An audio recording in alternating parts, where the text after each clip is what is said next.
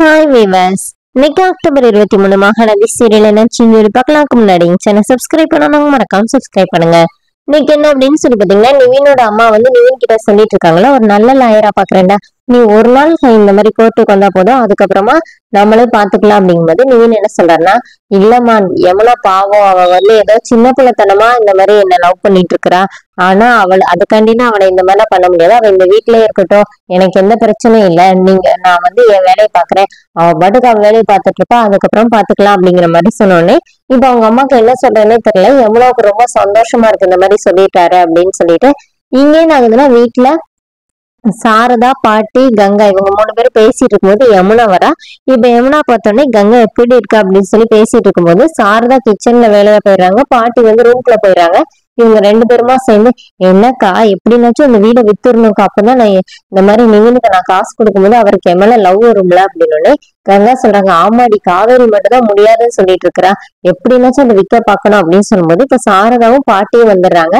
வந்தோடனே இப்ப அதை பத்தி இவங்க சாரதா கிட்ட பேசுறாங்க, எப்படி அந்த வீடை வித்தே ஆகணுமா, ஒரு 2வது பொண்ணு மட்டும் தான் சந்தோஷமா இருக்குதா, அவளுக்குதான் சொத்து வீடு எல்லாம் இருக்குது, எங்களுக்கு என்ன இருக்குது, எங்களுக்கு ஒண்ணும் இல்லைல்ல, அவங்க காசு இல்லைன்னு குமரன் மாமாவும் இந்த மாதிரி அங்க போய் கஷ்டப்படுறாரு, நிவினுக்கு வர காசு தேவைப்படுது, இந்த மாதிரி எங்க அத்தை வர டைவர்ஸ் பண்ணணும்னு வர என்னைய சொல்லிட்டு இருக்கிறாங்க, இது வரைக்கும் காசு கொண்டு வராதவன்னு சொல்லிட்டு இருக்காங்க, இப்ப நான் கொண்டு போய் காசு கொடுத்தேன்னா அவருக்கு சந்தோஷமா இருக்கும்ல, அவரே என்ன ஏத்துப்பாருல அப்படின்னு சொல்லிட்டு யமுனாவும் அவங்க பங்குக்கு சாரதா கிட்ட சொல்றாங்க. இப்ப இவங்க 2 பேருமா சேர்ந்து பேசுறதை கேட்டுட்டு சாரதாக்கு என்ன சொல்றேன்னே தெரியல. அப்ப சாரதா என்ன சொல்றாங்கன்னா, அததான் நேத்தே பேசிட்டோம்லடி, காவேரியும் மாப்பிள்ளையும் அப்படிதானே சொன்னோடனே நம்ம வீட்டு விஷயத்துல அவர் ஏமா தலையிடணும் அப்படிங்கிற மாதிரி இவங்க 2 பேரும் இது பண்றாங்க.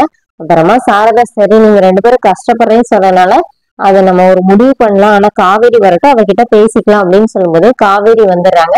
இப்ப காவேரியை பார்த்தோன்னே சாரதா கிட்ட ஏமா என்னம்மா என்னாச்சு அப்படின்னு தங்கச்சி வந்திருக்கானோட, ஓ அதுதான் விஷயமா அப்படி சொல்லிட்டு இப்ப காவேரி போய் யமுனா கிட்ட பேசிட்டு இருக்கிறாங்க.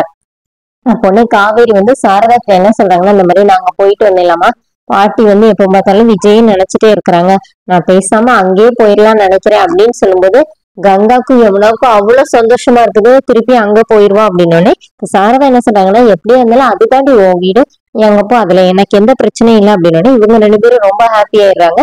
இப்போ சாரதாவும் காவேரியும் அதை பேசிட்டே இருக்கிறாங்க. அதோட என்னோட எபிசோட் ரன் பண்ணிருக்காங்க. தேங்க்யூ.